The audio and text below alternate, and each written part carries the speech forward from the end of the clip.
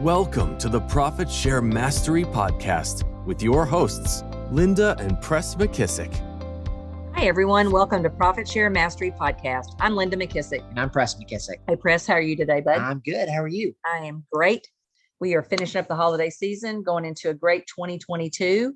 And so I'm looking forward to it. And, I've always said, Press, you and I talk about our formula on that I've used and we've used to build our profit share when we're recruiting existing agents. And if you go back to if this is your first podcast, go back and listen to our beginning podcast, because we explain this formula in detail on the first, I think, 4 podcasts. But it is relationships, so capital R plus capital V, and V stands for your validity, because if you're not valid to someone, no one will open the door to a relationship with you. Right. And then plus another capital V, which is about what is that person's value gap at this moment, because people's value gaps change. And we get all excited about our value gaps and want to make it theirs instead of learning what theirs is. And then over time, if I will just drop things into their value gap, give, and don't worry about what I'm going to give. What I'm going to get, just keep giving and dropping things into that person's value gap to try to help them with that big gap that they have. Over time, you will build your downline. And that's what we say all the time. So it's so funny. Once you kind of learn, I always like to say, once you know something, you can't pretend you don't, right? And so I'm always looking for things to validate this formula, because I always say this is exactly the same formula I use to build my real estate business to 200 transactions a year. It's the same formula I use to build Ohio Valley for Keller Williams. But the first thing I have to do is I have to find the relationships, right? I have to look for who do I want to build a relationship with. And so last night, I was actually at your house, and I was sitting there, and someone had messaged me on Facebook, a girl named Kim. And she said, "Hey, I miss you," something to that extent. "I haven't seen you in a long time," whatever. And so I don't really kind of remember the girl, but I kind of do. So first thing I did was check and see if she's in real estate, and she's not. So I start digging around a little bit, and I look and I can tell that she's really lost a lot of weight. And so we're talking back and forth, and it's going really well. And I'm feeling pretty good that this girl's missing me and that she hasn't seen me in a while and can't quite remember who she is. But then all of a sudden, she immediately brings up, kind of not really in the right timing either, that she kind of, and I look on there and she works at one of the universities and different things like that. So I'm just kind of really, I'm what you call Facebook stalking her. Yep. Because I'm trying to figure out who she is, right? So I realized, okay, she's not in real estate, but maybe I went to school with her, and I just don't, the name sounds familiar. So I think maybe I went to school with her and she's gotten married, and I haven't seen her in a long time. So, but after a while, we talked for a while on instant message. And then all of a sudden she mentions that this is her side hustle, that she has a side hustle. And it kind of just it immediately negated all the good stuff she did before that. Took the wind out of the sail. It took the wind out of the sail. And I know we always tell our students in our Profit Share Mastery course, it's not about Keller Williams. It's about those people. It's about building that relationship, using your validity to open the door to create validity, giving, creating beholdenness and reciprocity, and let them bring up about KW or whatever, right? And it just was a perfect example, to be honest with you. The whole demeanor changed, my energy around it. I then wanted to get off Facebook. I wasn't interested because I don't want another gig, right? Mm-hmm. And so it just was a perfect example of what we do. And we teach this in the course all the time. Look, don't get super excited, because even if someone starts asking you questions and you think that it's the perfect thing to start pushing KW, it's never. Let them bring it up and start asking you buying signals or questions about Keller Williams. And I always like to say, I like to let them bring it up twice before I absolutely, really engage in that conversation, because I want to make sure that they're really interested. And so it was a perfect example of how the girl had me. We were having a great conversation.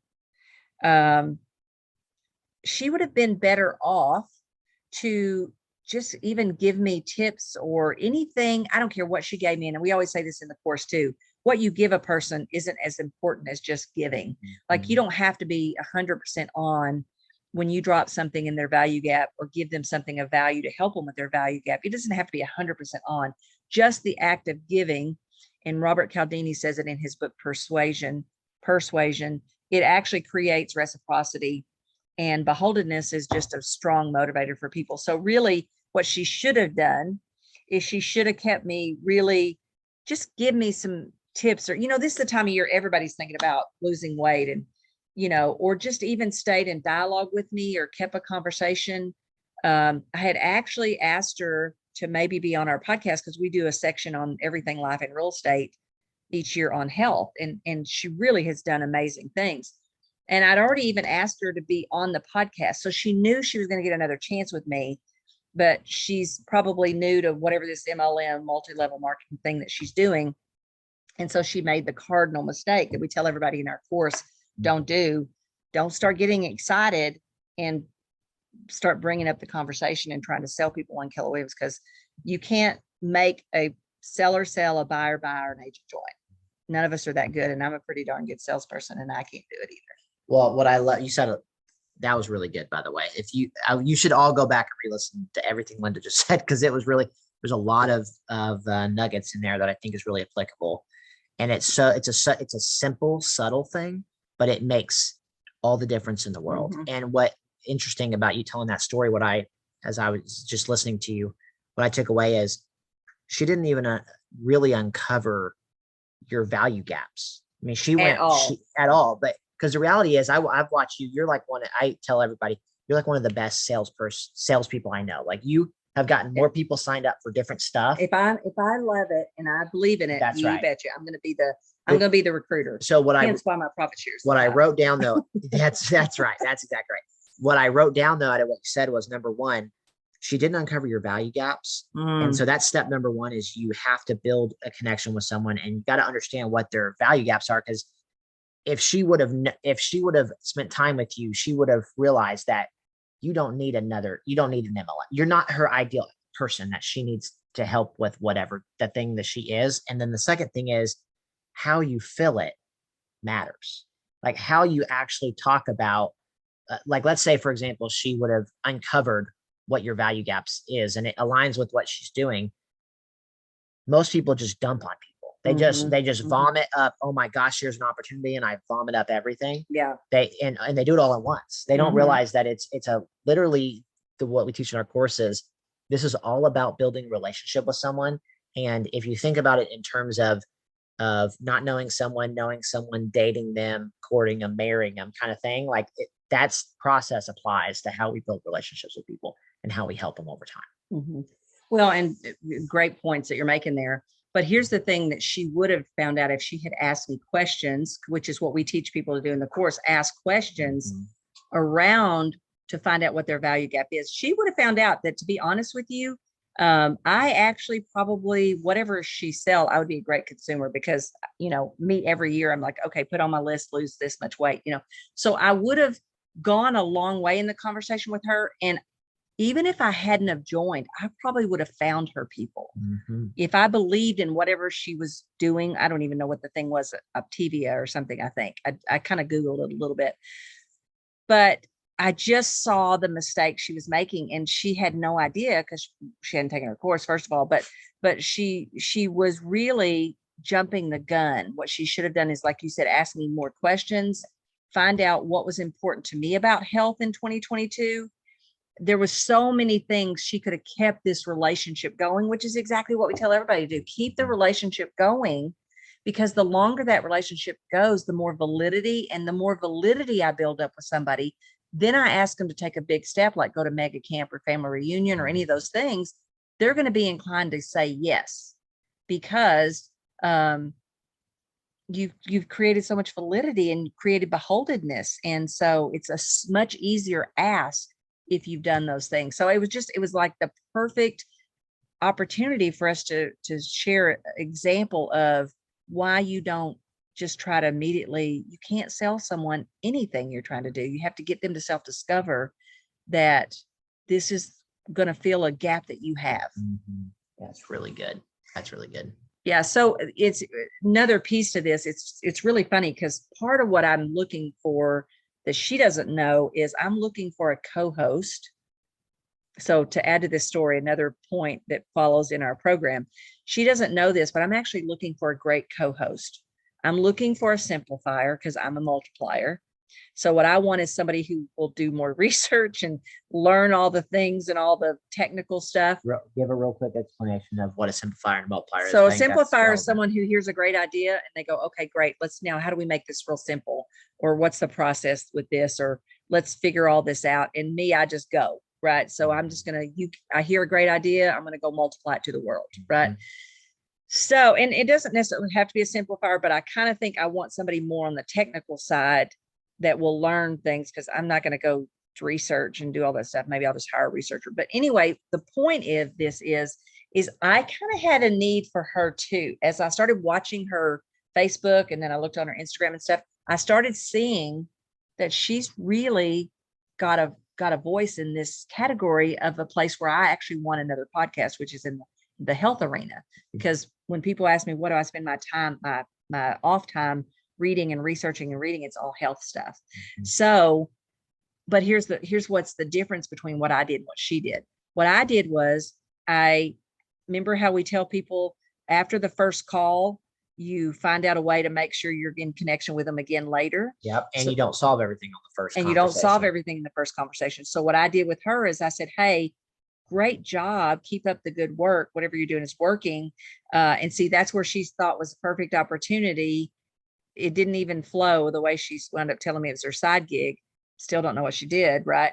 Until I had to go back and ask her. But the point of it is I said, hey, I'd love to have, I'm looking, I did what we call the fox and the hen house approach. I said, I'm looking for a co-host. I'd love for you to be a guest on my health podcast that I'm doing later this year. It may be a while. So maybe you could be on my Everything Life and Real Estate podcast first, because we always do a health section at the first of the year, Dana and I do. And so until I find my co-host, maybe you could be on that one. So I'm dropping nuggets, right, that she could or could not maybe even buy, or I could, get to know her better and figure out if she might be a good fit for the co-host of my health podcast. So, but I did something different. I didn't bother to say, hey, would you be my co-host? Because number one, I don't even know, and I want to get to know her better. So really it's about learning to just take that relationship to the next step, get to know them better. You have to be comfortable with slowing down. Yes. And I think that's hard because most people are used to getting things instantly and instant gratification. And this is a process. This isn't something you sell in a conversation. No, you can't. And I think she got excited when I gave her the compliment about how great she was doing. Instead, she should have dropped little nuggets maybe, or just given me little tips and not really told me what the program was, and just keep building that relationship. And then, when I started asking her questions and showing buying signals, it would have been a more appropriate time for her to have that conversation with me. But again, it was probably in the first little bit that she dropped that right off the bat. And so what does that immediately make people want to do? Disconnect from you. Yeah. They feel like gotcha. I mean, it honestly feels like she was standing around the corner waiting to say gotcha. And that is it. I noticed how the feeling inside of me changed, and I noticed how I no longer wanted to give any time on Facebook. I was done. I was going to go do something else, Yeah. So I want you to hear that, because a lot of times we really try to use the energy and get excited about profit share and try to sell someone. And again, you're not good enough to sell anybody on anything. We should pour more time into them, get to know them better, find out what their value gaps are, and then give, and don't really worry about what you're going to get yet. That's really good. Yeah. The other thing it makes me think of is when I think about like a movie, right? You got the start of a movie, you've got a person, and then through the movie they go up a mountain, they go down a mountain, right? Like they go to conflict, there's some conflict, they resolve the conflict. At the end of the movie, they're happy, they're better. I think a lot of people, they're excited about whatever they're doing, and they sell from that place. Yes. And then what they forget about is all the little things that they had to do, the journey that they had to go on, the conflict that they had to go through, the challenges, all that Yeah. stuff. And instead of just sell from a place of excitement about whatever it is they're dealing, and don't realize the other person hasn't been through that journey. Yeah. And when you do that, you're destined. It's like going to a great family reunion, for example. It's like going to family reunion, coming back and telling the people in your office who didn't go, oh my gosh, here's all the amazing things we're going to do. And they're sitting around looking at you like you're crazy because they didn't go through that same experience that you did. Yeah. Yeah. And, she would have just been really better served to ask me questions. That's right. Like, what are your health goals for 2022? What did you do? If she asked you, what did you did last year or this year, she'd have found out you did Zoe. You've done a lot of different health stuff. Yeah. That would have given her a lot more intel to know how to help you or not help you. Well, and to know where I am on the meter. Right. So there were no questions on her end for me. So that was a big mistake. And by the way, you don't want to make that either, because the more questions you can ask the person that you want to build a relationship with. Well, you and I always say it, and I love your little video you found that time of the couple that was on the date. Oh, She's funny. so funny. She did all the talking, and he's like just overwhelmed and said, she says best date ever, because she did all the talking, right? And so we always want to ask more questions, because the person that does the most talking thinks it was the best meeting.